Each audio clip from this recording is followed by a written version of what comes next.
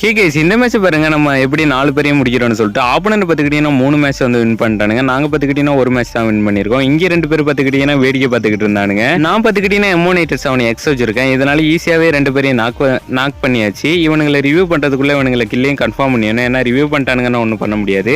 இங்கே ஒருத்தன் பார்த்துக்கிட்டீங்கன்னா நின்று சுட்டுக்கிட்டு இருக்கான். சரி ஓகே, இவனை முடிச்சலான்னு இவனை ஈஸியாக வந்து நாக் பண்ணிட்டான். அவன் ஏதோ ஸ்லோ கேரக்டர்லாம் வச்சிருக்கான். சரி ஓகே, நம்ம மெடிக்கிட்டு போடலான்னு நம்ம மெடிக்கிட்டு போட்டுக்கிட்டு இருக்கோம். மறக்காம ஒரே ஒரு சப்ஸ்கிரைப் லைக் எல்லாம் பண்ணிட்டு பாருங்க. லாஸ்ட் ஒரே ஒருத்தன் தான், அவனையும் அடிச்சா ஏஸ் கிடைச்சிரும்னு சொல்லிட்டு நான் அவனை அடிக்க போயிட்டு இருக்கேன். அவனை பார்த்துக்கிட்டீங்கன்னா நம்ம கில்லே கன்ஃபார்ம் பண்ணாமல் நான் பார்த்துக்கிட்டீங்கன்னா போயிட்டேன். அவன் பார்த்துக்கிட்டீங்கன்னா ரிவ்யூவும் பண்ணிட்டான். சரி ஓகே, என்ன பண்ணுறது, நம்ம கிட்ட போய் தான் அடிச்சாகணும். நம்ம டீம்மேட் பார்த்துக்கிட்டீங்கன்னா 2 பேர் இன்னும் பேலன்ஸ் இருக்கானுங்க. அவனுங்களே முடிச்சிருவாங்கன்னு நினச்சிக்கிட்டு இருக்கேன். அவனுங்க பார்த்துக்கிட்டீங்கன்னா நூபு பிளேயர்ஸ் போல இருக்கு. சரி ஓகே, நம்மளே முடிச்சலான்னு சொல்லிட்டு ஒருத்தனை பார்த்துக்கிட்டீங்கன்னா நாக் பண்ணிடுவேன். இன்னொருத்தன் பார்த்துக்கிட்டீங்கன்னா ஜோன்ல இருந்து அடிக்க ஆரம்பிச்சிட்டான். அவன் ஜோன்லேயே மாட்டிக்கிட்டான்னு நினச்சி நான் மெடிக்கிட்டு சுற்ற ஆரம்பிச்சிருவேன். அவன் பார்த்துக்கிட்டீங்கன்னா கடைசியில் இங்கே நிற்கிறான். சரி ஓகே, ஜம்ப்